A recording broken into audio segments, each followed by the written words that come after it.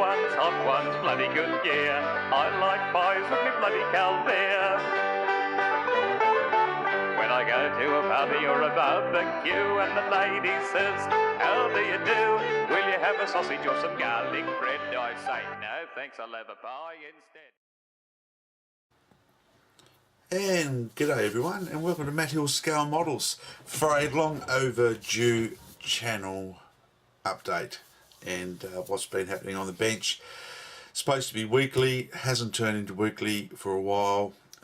Life and work has gotten in the way, and I do apologise for that. Before we start, we've got some shout outs for some people here. Firstly, a shout out back to Mr. Frank Day at Frankie Day Scale Models. G'day Frank, how you going, mate? Keep up the great work. Thank you for the mention on the Heinkel and Messerschmitt from the Airfix page on Facebook. I really appreciate it, mate, and thank you. Peter's Scale Models, Peter Persons. G'day Peter, how you going, mate? Hope things are going well and you're feeling better. Looking forward to seeing the stoogie done. Once you get yourself all sorted out, mate, well done. Mr. Moo, some cracking builds there for the Hawker Harrier group build, well done. Bass Dry Dock, go and check Bass Dry Dock's channel out. Fantastic, doing some good work on the Arizona because it finally showed up, of course, and a great ship modeler and nice guy as well. Cook a mean steak. There's another little channel, 9 subscribers. If you're into aircraft, go and check out Kit Cabinet. Kit is spelt the same as model kit, but cabinet is spelt with a K instead of a C. Go and check out Kit Cabinet. Some really nice work, some handy hints and tips, some really nice quality videos. I do like his channel. Ennis Anderson, go and check out Ennis Anderson. Always a regular contributor to my videos. I appreciate all his kind words and support, so thank you very much, Ennis. Hallidan, go and check out Hallidan, a fellow Aussie. Go and check out Hallidan's channel.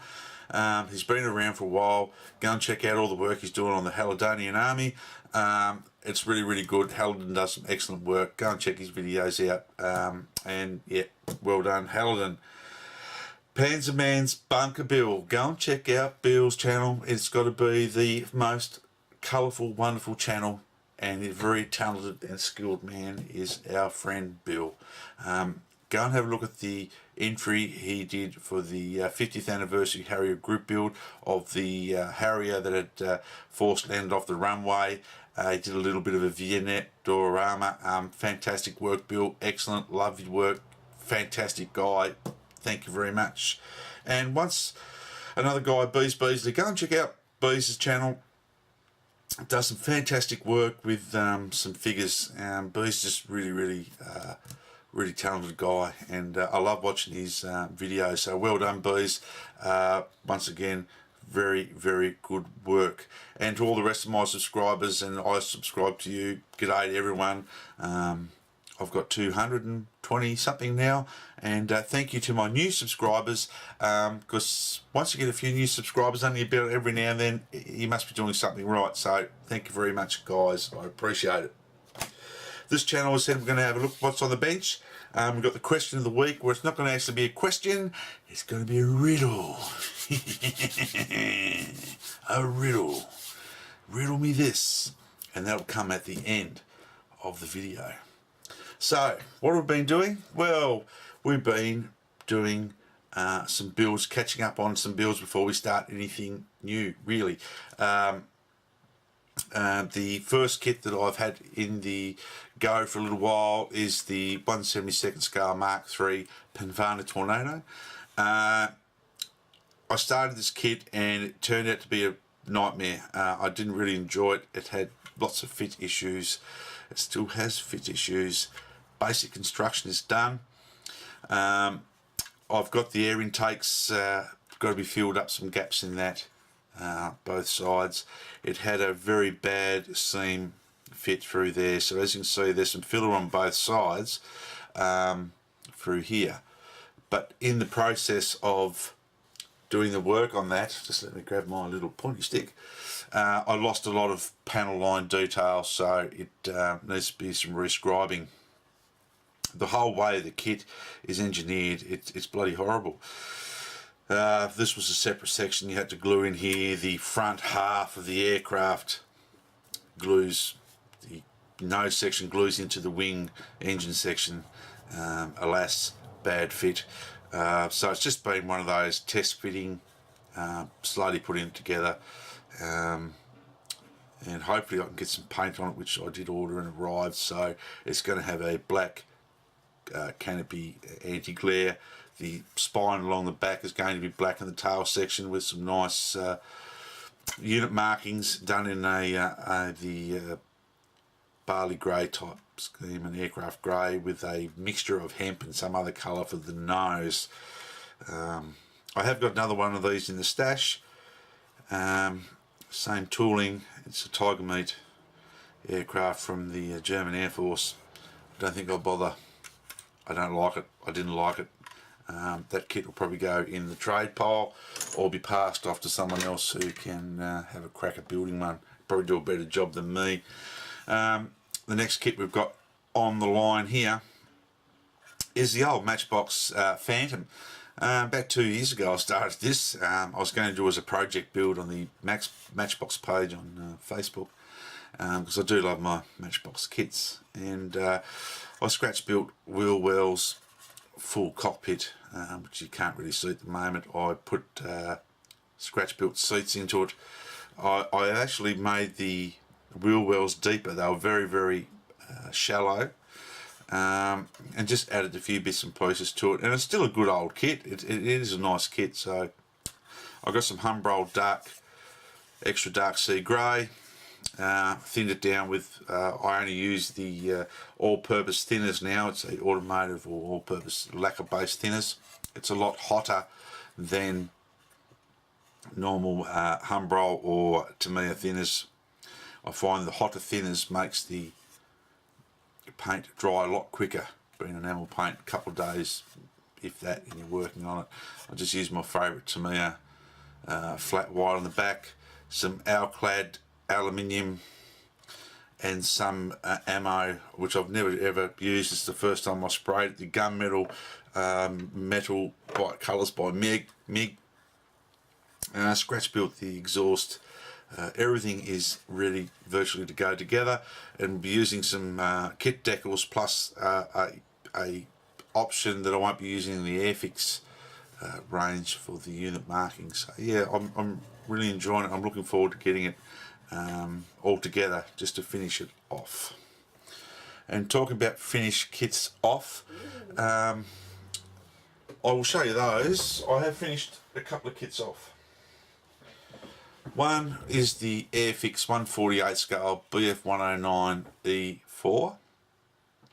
It's finally finished. It was a real long, slow process, and to tell you the truth, I didn't enjoy this kit at all. The only thing, I'm happy with the camo. I followed the camo the best I could get it. Experimented with some new paints, tried out a few different techniques in weathering, and look, I love my early 109s. I'm a fan of them, but this one sort of I didn't really enjoy. In the end, it came up well, so I experimented with some different techniques, and I do like it the way it's finished out. I have got some more in the stash. I don't think I'll build another one. I might, now I know the flaws that are in it. It would probably make the kit a little bit easier, nicer to build, but initially this was terrible, and that's why it took so long to build. So I've got that one done, and one of my very first videos on YouTube, I started this. This is the Matchbox 1/72 scale Heinkel HE111, and this is also part of a build with the Phantom that I was going to do something on Facebook's Matchbox official Matchbox page. So I scratch built a cockpit for it. I scratch built all the top gunner station. I added a landing light. I opened all the closed up vents, intakes, made my own radiators.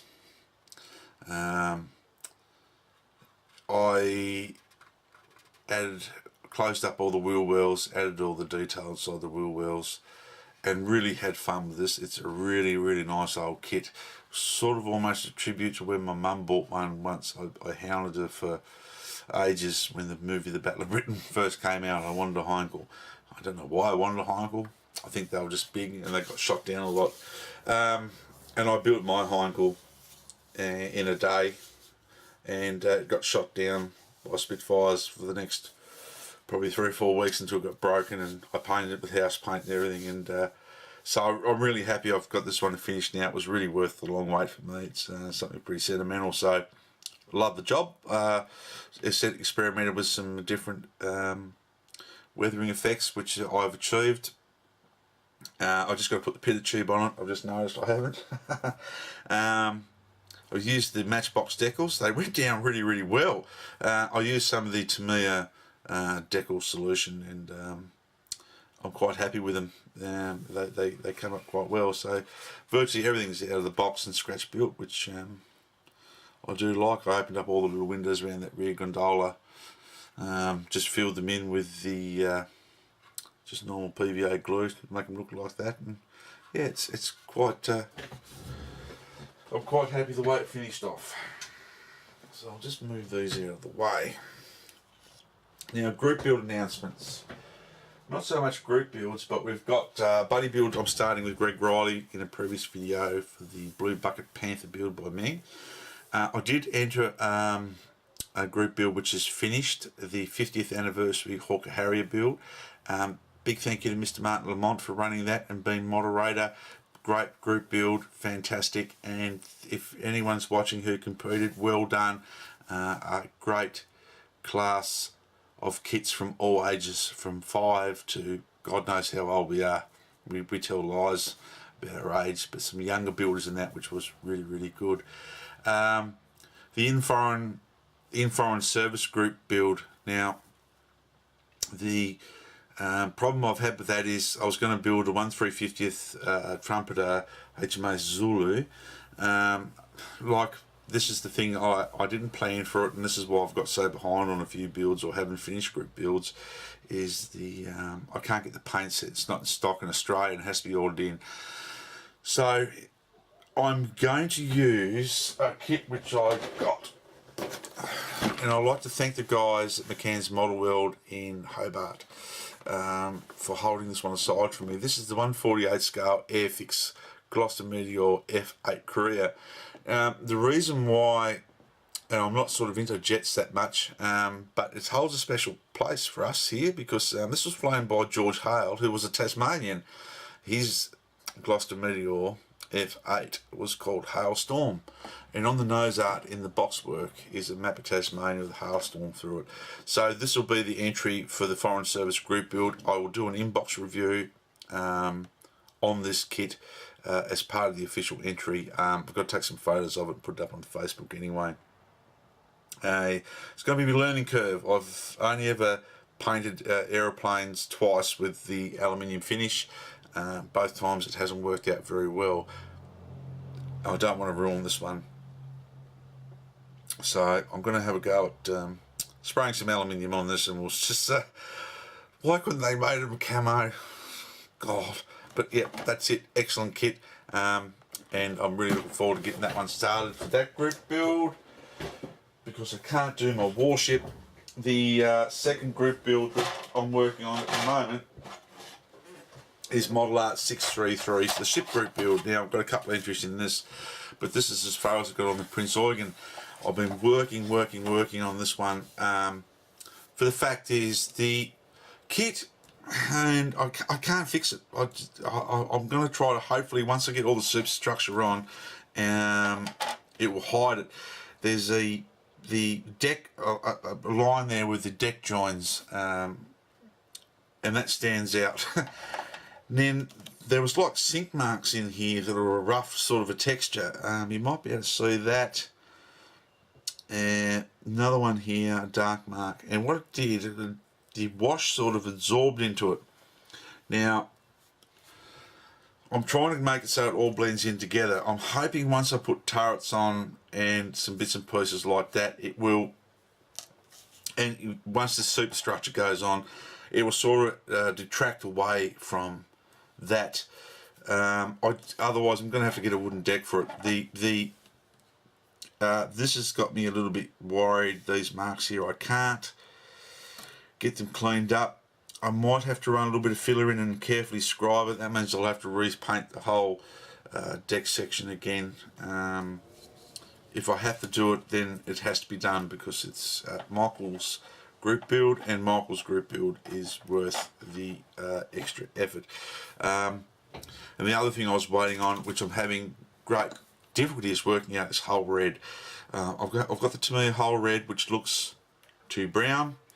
I had the Humbrol whole red, which they're both Humbrol 73, but this one is a completely different colour to this one. So then I ordered some stuff from a Revell, because that's all I could get.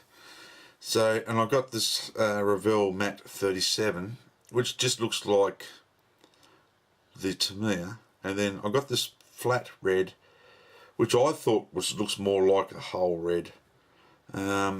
If anyone's got any advice on that, just please throw me a bit of info. Hopefully Solomon might know a little bit more about, or Bass Dry Dock might know a little bit more about whole reds and what to use.